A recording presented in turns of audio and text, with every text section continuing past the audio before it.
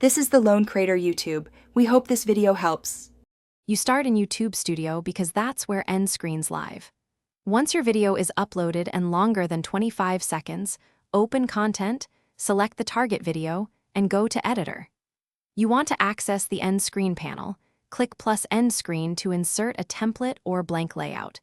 Make sure your channel is eligible and that the video isn't blocked from features. This immediate action gets you into the editing canvas, so you can position elements quickly and avoid wasting time on account settings later. Now add the elements you need. Click Add Element to place a video/playlist, subscribe tile, or external link if eligible.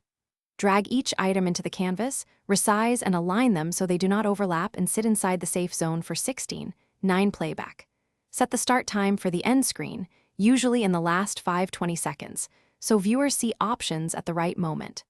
Once done, preview playback in the editor to confirm timing and placement, making small adjustments to maximize click-through potential.